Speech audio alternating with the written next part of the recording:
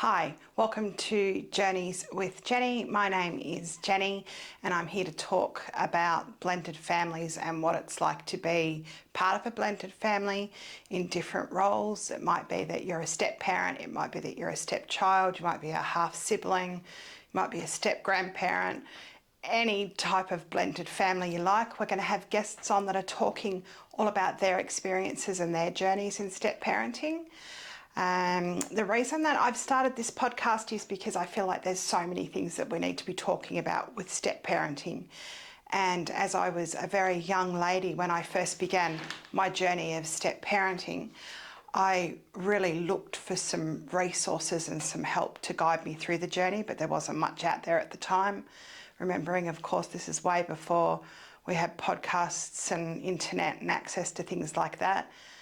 I searched libraries and read books, but still felt like people weren't really talking about what it was really going to be like, and everything sounded really quite nice. And I thought, oh, that sounds all right.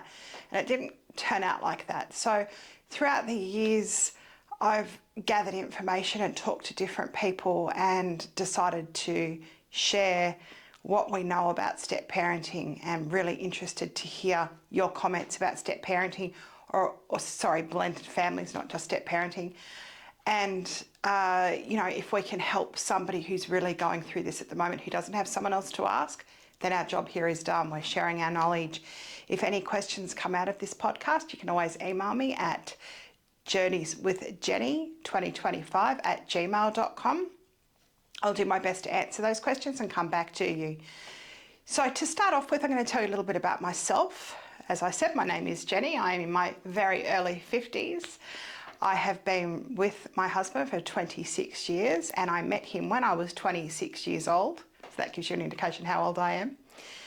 We were together for a short time before we had our own son and our daughter not long after that. When I first met my husband, I had been diagnosed with endometriosis when I was 14 years old, and back then there was very little information about endometriosis, and now thankfully it's become quite a national awareness has become about endometriosis and trying to find ways to help women through it. But back in the 90s, no one had even heard of it. People couldn't spell it. People didn't know what it was. I'll say in layman's terms, it is basically where the lining of your uterus is inside out, making it very, very difficult, not impossible, but very difficult to be able to carry a baby. So at age 14, I was told that I would not be able to have children, and resigned myself to the fact that that's what was going to happen. So when I met my husband and he had 2 children already, I thought fantastic, because I really wanted to have kids in my life. So it was a win-win for me. I am the youngest child of 9 children. I have 7 sisters and 1 brother. That in itself deserves its own podcast, what that's like being in such a big family, being the baby of such a big family, the dynamics of things like that, but we'll leave that for another day.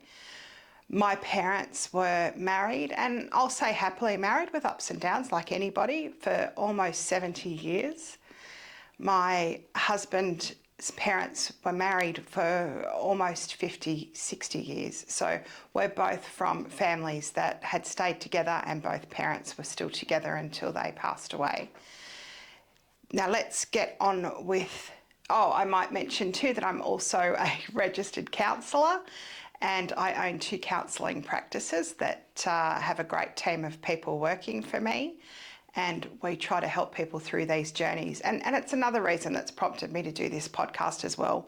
Although I am not here in the capacity as a counsellor, I'm here in the capacity as a parent who's gone through many ups and downs in being a parent and also being a step parent.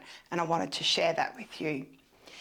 In the future, we'll have another chair here, and there'll be someone else sitting next to me who will talk us through their journey and their very personal experience of being part of a blended family.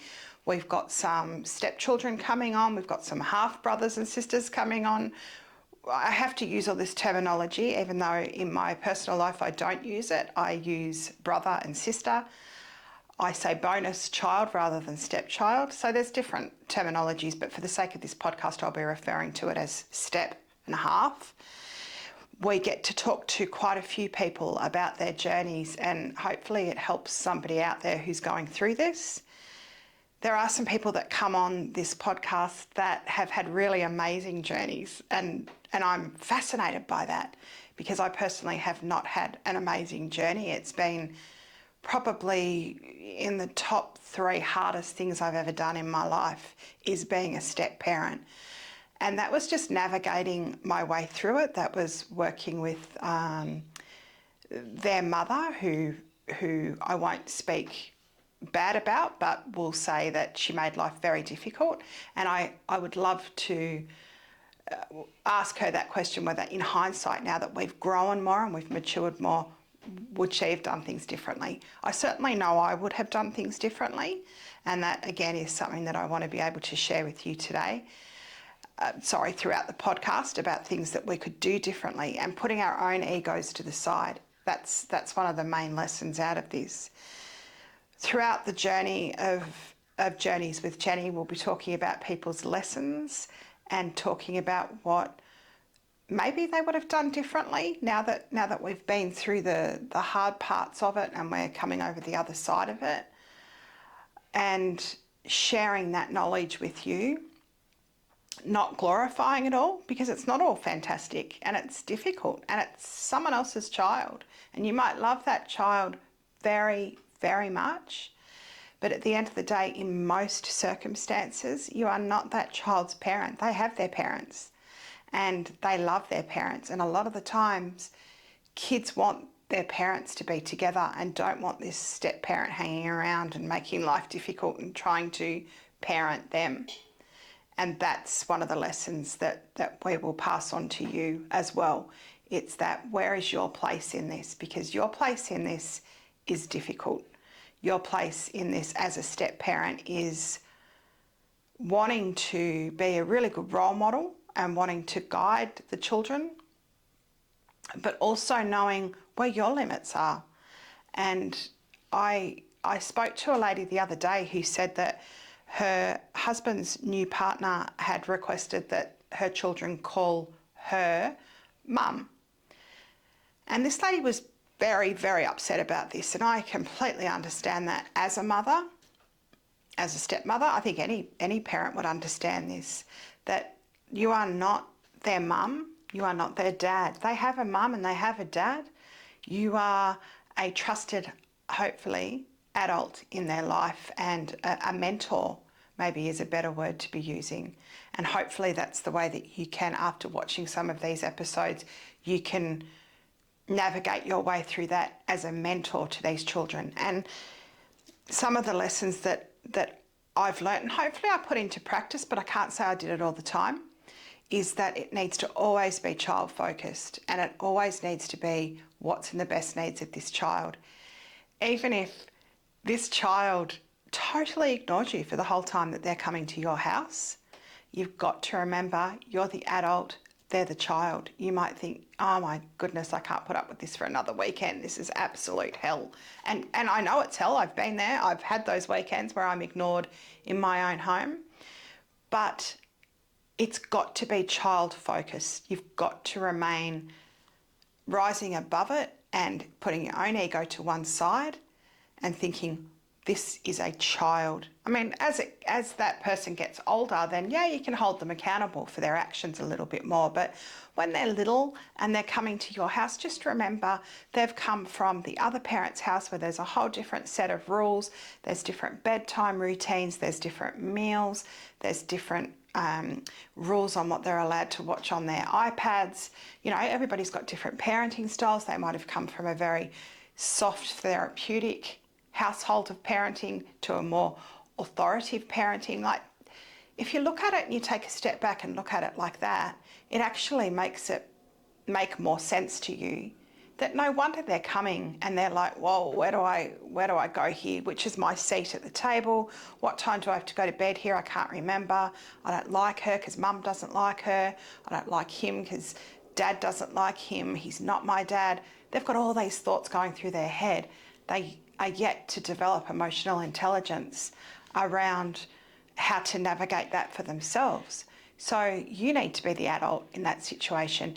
You need to help them navigate their emotions and how to regulate their emotions and how to have that emotional intelligence.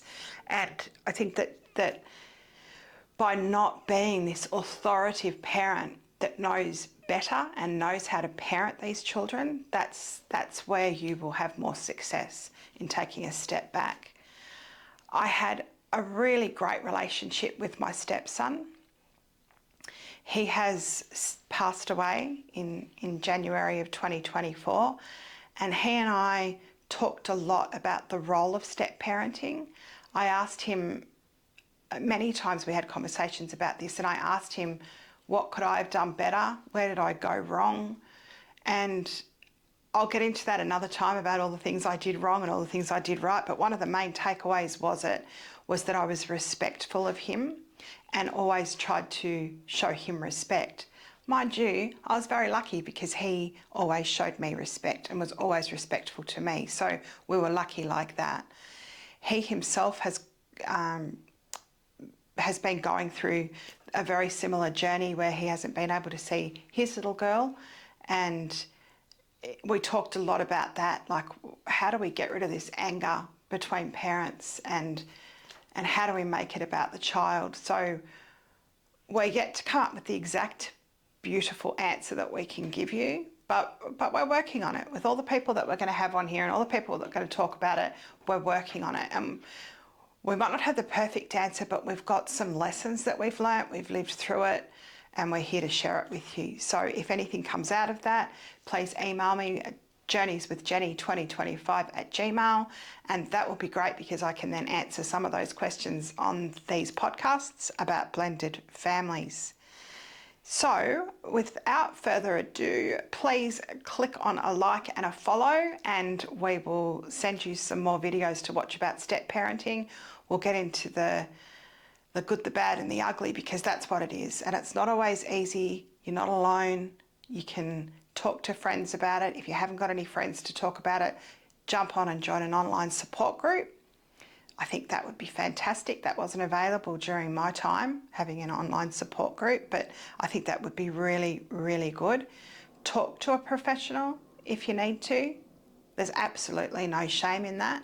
My husband and I reached breaking point at one time and found a professional to go and talk to, and just having that validation from her that we were normal and that our fights were normal and that we were going to get through it. We're just hearing that from somebody was just life-changing for us. We walked out of there with such a hop in our step and a newfound energy and united together. Don't fight with your partner about it. Hold your tongue. You might be like me, I'm a little bit feisty and I find holding my tongue very difficult, but trust me, it's better to hold your tongue and go away, sleep on it, have a think about it, because when your emotions are heightened, you will often say things that you probably don't mean or that you will regret later, and you want to be united with your partner. You want to be in this together. You love him or her and you want to make a life together, and to do that you've got to be on the same page. You've got to back off a bit when you need to, and you know when you need to because you know you've taken it too far. So remember that, take that little piece of advice or lesson. And until next time, thank you for coming on and joining me at Journeys with Jenny. We look forward to seeing you next time.